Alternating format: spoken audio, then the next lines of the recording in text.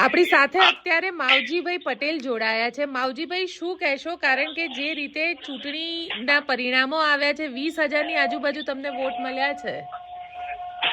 આજી વાત છે. 28,000 મળ્યા. પણ 20-30 ની આસપાસમાં કહેવાય. ઓકે, સારું. ફરીથી કરું છું. આપણી સાથે અત્યારે માવજી પટેલ જોડાયેલા છે. માવજીભાઈ, શું કહેશો? તમે જીતનો દાવો કરી રહ્યા હતા, પરંતુ જીત તમારી ન થઈ. બિલકુલ સાચી વાત છે. પ્રજાને જે ગમ્યું ને એમણે જે નિર્ણય લીધો એમનો ચુકાદો માથા ઉપર. પણ માવજીભાઈ, દર વખતે આવું જ થાય છે. તમે જેટલી વાર ચૂંટણી લડ્યા અને જેટલી વાર થયા, કારણ કે આ તમારી 6ઠ્ઠી ચૂંટણી છે જે તમે હાર્યા. 7 ચૂંટણી લડ્યા, એમાંથી 6 ચૂંટણી તમે હાર્યા. પ્રજા ચુકાદો એવો આપે, એવા સંજોગો આવે જેના કારણે હારવું પડે. 3 તો અપક્ષ લડ્યો છું અને બાકીની ચૂંટણીઓ 3 લડ્યો છું જે પાર્ટીની ચૂંટણી લડ્યો છું. એક વાર ભાજપ પણ હાર્યો હતો, એક વખત કોંગ્રેસ પણ હાર્યો છું અને જનતા દળમાં જીત્યો હતો.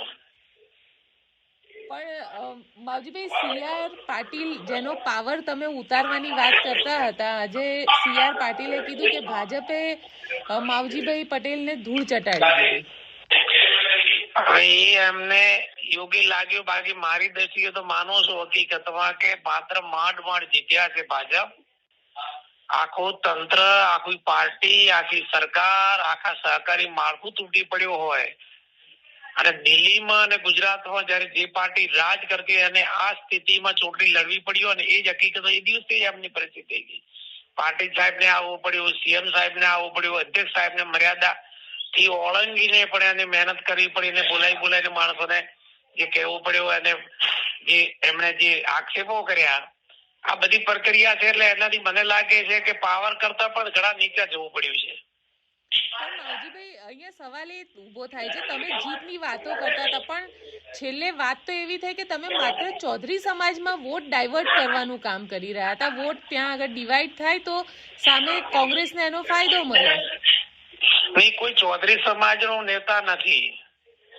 હું હર હંમેશા મારી સામે ચૌધરી ઉમેદવાર હતા ત્યારે પણ હું જીત્યો છું, પરબતભાઈ સામે જીત્યો છું. એટલે એવું નથી કે હું ચૌધરી સમાજનો નેતા, હું સર્વ સમાજનો છું. અને અત્યારે પેટા ઇલેક્શન છે, લોકોને અને સરકાર સત્તા ગમે તેમ કરીને પ્રક્રિયા કરતી હોય એમને વટતો સવાલ હોય એટલા માટે. બાકી મને સંતોષ છે. જે પ્રજાએ ચુકાદો આપ્યો એનાથી હું ખુશ છું. તમે ધારેલું હતું કે આવું કઈ પરિણામ આવી શકે? ના, એવું ધારેલું ચોક્કસ નતું. હું પ્રજા માટે જ ઉભો હતો. પ્રજાને બે બાજુની મુશ્કેલી હતી. પ્રજા કેમ ડરી ગઈ, કેમ છેતરાઈ ગઈ, કેમ ભોળાઈ ગઈ, કેમ શું થયું એ પ્રજા જાણે. બાકી મારા મનની કલ્પના આ નથી. પણ છેલ્લે જયારે શંકરભાઈ આવી ગયા તો શંકરભાઈએ બાજી બદલી નાખી, એવું લાગે છે?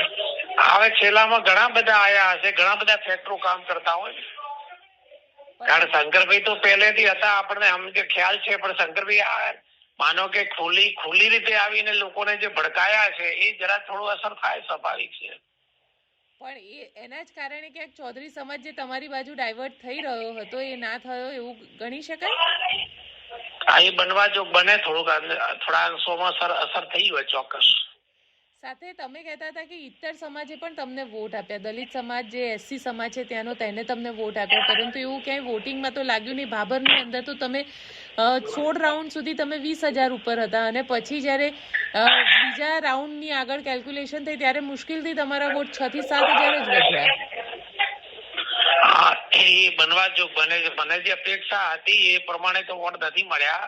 જે મારી ધારણા હતી, અગર પ્રજા બોલતી હતી જે 10મી તારીખ સુધી પ્રજાની જે એના પછી જે શું થયું હશે, શું પ્રક્રિયા તે વાત જુદી છે. બાકી પ્રજા એ ટાઈમે અડીખામાંથી મારી સભાઓ તમે જોઈ હશે. ભાજપને કે કોંગ્રેસે કોઈ સભા કરતા પણ સભા વિશેષ હતી. માત્ર વક્તા હું એકલો જ હતો. મારા કાર્યકર્તા સૈનિકોની સંખ્યા પણ ઓછી હતી. મારી પાસે કશોય માત્ર આપવાનો કે વાયદા આપવાનો કે લાલચ આપવાનો કોઈ સાધન ન હતું. સરકાર નથી, સત્તા નથી, કશું નતું, છતાં પણ લોકો નો ભાવ હતો.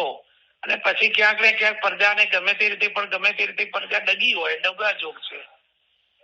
પણ માવજીભાઈ કારણ કે જે રીતે હવે આ વાવની ચૂંટણીમાં ગુલાબસિંહ પણ હાર્યા, કારણ કે તમને એક થર્ડ ફેક્ટર માનવામાં આવતા હતા જેના કારણે હાર જીત થઈ શકે. ગુલાબસિંહ ક્યાંક એવું પણ માની રહ્યા હશે કે તમારા લીધે એમની હાર થઈ, કારણ કે હાર તો માત્ર 2200 વોટોથી જ થઈ છે ત્યાં આગળ. હા, 2200 વોટો સાચી વાત છે, પણ જનરલી તો હકીકતમાં ભાજપને પહેલા લોકસભામાં લગભગ 2500 કે 3000 વોટની લીડ હતી. એનાથી ભાજપ નીચે તો આવ્યું જ છે. ગુલાબસિંહ જોર નથી મારી શકે એવું દેખાય ને એના. પણ ભાજપ એવું કહી રહ્યું હતું કે તમે કોંગ્રેસમાંથી ઉભા રહ્યા હતા અને કોંગ્રેસને જીતાડવા માટે ઉભા થયા હતા. એ તો ભાઈ ગુલાબસિંહ ગેમ બચાવી. નહીં, ગુલાબસિંહે પણ એવું જ કહેતા હતા કે માવજીભાઈ ભાજપને ફાયદો કરવા ઉભા રહ્યા છે. આ તો બંને જણા કહેતા હતા. હું વાતમાં માત્ર પ્રજાના ફાયદા માટે લડતો હતો, પણ પ્રજાને ખ્યાલ આવ્યો ના આવ્યો, સમજ્યા ન સમજ્યા, તે વસ્તુ એ પબ્લિકનો વિષય છે. પબ્લિકે જ હકીકતમાં જે નિર્ણય કરે એ આપણે શિરોમાન્ય હોઈ શકે. બિલકુલ માવજીભાઈ, હવે શું કરશો? નહીં, હવે બસ સક્રિય રાજકારણમાં છો ને રહીશ, એમાં સવાલ નથી. તમે કારણ કે હમણાં વિપુલ ચૌધરી સાથે મંચ ઉપર પણ દેખાયા હતા, એટલે શું ફરીથી તમે અર્બુદા સેનાની અંદર સક્રિય થઈ જશો કે શું કરવાના છો આગળ? એ સમાજનો વિષય, સમાજના સંગઠનનો વિષય છે, સમાજના વિકાસની વાત છે, સમાજના એકતાની વાત છે. અને એ વાતમાં સમાજનો વિષય આવે ત્યારે પાર્ટી પક્ષનો પ્રશ્ન નથી હોતો, ત્યારે આપણે એની અંદર, કારણ કે વર્ષોથી મેં મારા રાજમાં બી સમાજની સંસ્થા ઉભી કરેલી છે અને સમાજનું કામ પણ કરવાનું, અન્ય સમાજની સંસ્થાઓ પણ મેં ઉભી કરી છે. દરેક સમાજ માટે મદદરૂપ થયો છું અને કામ કરું જ છું ને કંઈક કર્યા કરવાનો છું. બિલકુલ માવજીભાઈ, અમારી સાથે વાત કરવા માટે આપનો ખૂબ ખૂબ આભાર. ધન્યવાદ. આપે પણ યાદ કર્યા બદલ આપનો ખૂબ ખૂબ આભાર. ધન્યવાદ.